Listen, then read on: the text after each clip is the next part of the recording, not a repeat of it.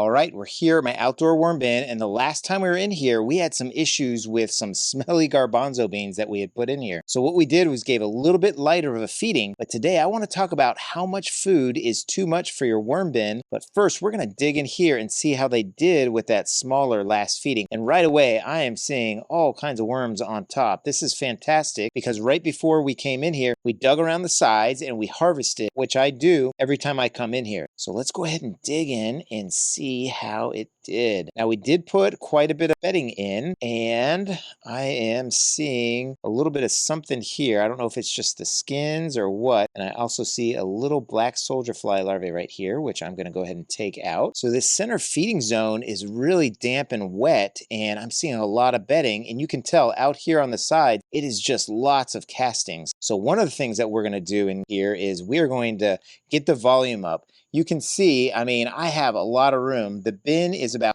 halfway folded down. It's a 20-gallon fabric pot, and I'm about another half of that inside. So this thing is only filled up about a quarter of the way full. And based on how many castings I got, which was a lot, over 5 pounds, I want to put more volume into here. And I am seeing another larger black soldier fly larvae. This one is about the size they get when they try and find their way out of the bin. And they kind of turn a darker color and they become pupae before they turn into black soldier flies. But I am not seeing any of the food, but I am seeing just tons of red wigglers in here. I estimate I have somewhere around 4,000 in this bin, and when I was harvesting, I saw a lot of babies. So this population is really expanding. In fact, this right here is a pumpkin stem, and check out all the thin babies right here. See another one on this side, and you can see just how tiny this is. It probably hatched from a cocoon earlier this week, and right here is more of a adult size worm, and they're pink right from the start. A couple videos ago I showed you a couple of cocoons hatching, and they were pink right out from the beginning. So let's keep digging around and check the rest of that feeding zone. And yeah, just kind of the skins of a tomato is all I see, and they're stripping every last bit of flesh off. So clearly after 12 days these worms are ready for some more food. So what I'm going to do is mix around, and then we'll get into our feeding and kind of talk about how much food is too much for your bin.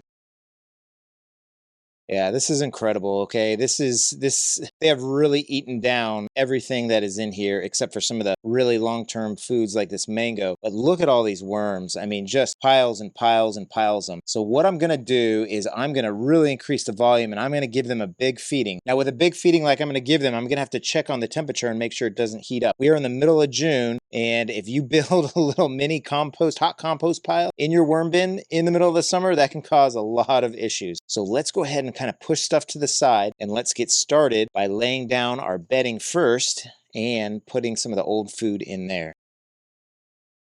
So first we'll go in with some of this shredded cardboard right here. And for my outdoor bin, I don't pre-dampen it or anything. This is a bin that's been alive for 2 years, and it's got lots of microbes. What I do at the end, I just said do, I put rainwater in it, and that helps to soak all this bedding. So in addition to my shredded cardboard, I'm also going to use this unique bedding. It came in some package, and it says it's recyclable, so I've ripped up the other one that was in there, and we're just going to dump that along with some egg cartons in here to act as some more bedding, and then we'll go ahead and put our food right on top of here. So because this bin is so rich with microbes, because it's so old, and because I have harvested a lot out of it and I'm trying to get the volume up, I'm going to be adding a lot of food. So here's one bucket. And this has all kinds of good stuff, some sprouts, some really huge avocados, which will certainly turn into avocondos as the worms go in them. We've got some apple cores,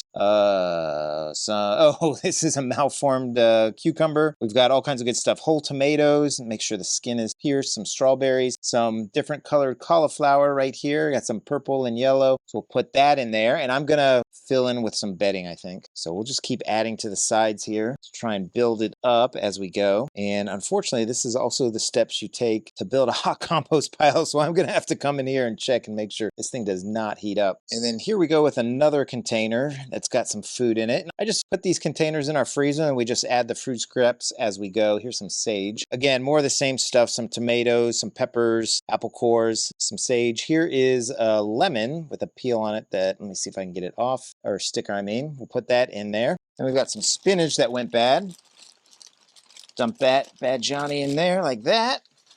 Kind of spread that around. This looks like a lot of food, but you know spinach, you cook it down, it shrinks. Same thing when the worms get to it, they'll eat it down. And then we've got some blueberries that went bad. We'll add those in there. And then here's some watermelon along with a lot of juice because I let this thaw for a long time. So this is like pretty mushy and it's been previously frozen. So the watermelon is just primed and ready for the worms. Now check this out. If you are just starting a bin, I don't care if you have 5,000 worms that just came in the mail and you're like, okay, I've got a huge number of worms. I can feed them a lot. Don't do it because you have not built up the microbes. So how much food is too much? Really, it depends on how aged, how old is your bin, how many worms do you have, and what's the volume. Let's say the bin was only about this big around and you put this much food where it's spread all out. Well, if this heats up, the worms are going to have nowhere to flee.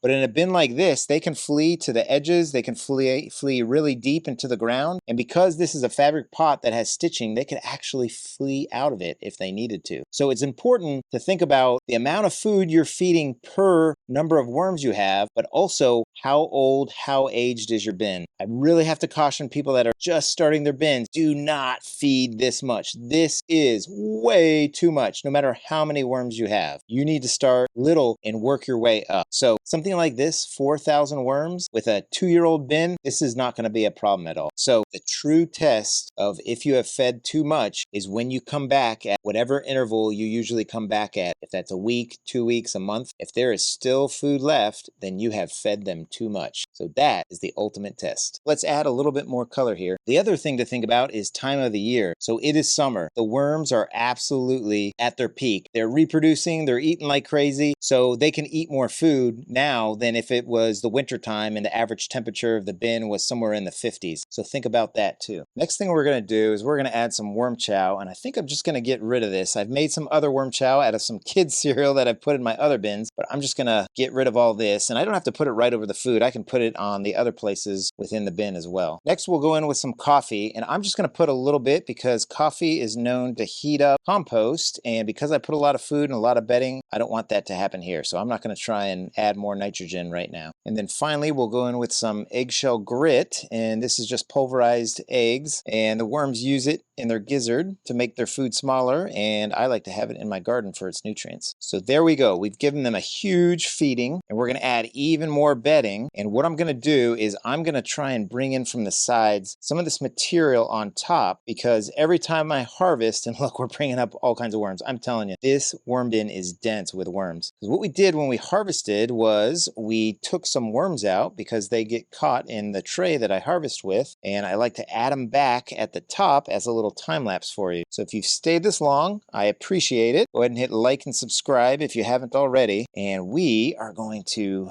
go ahead and release some worms into this bin. So here we go. I don't know how many are in here, but it's at least in the hundreds.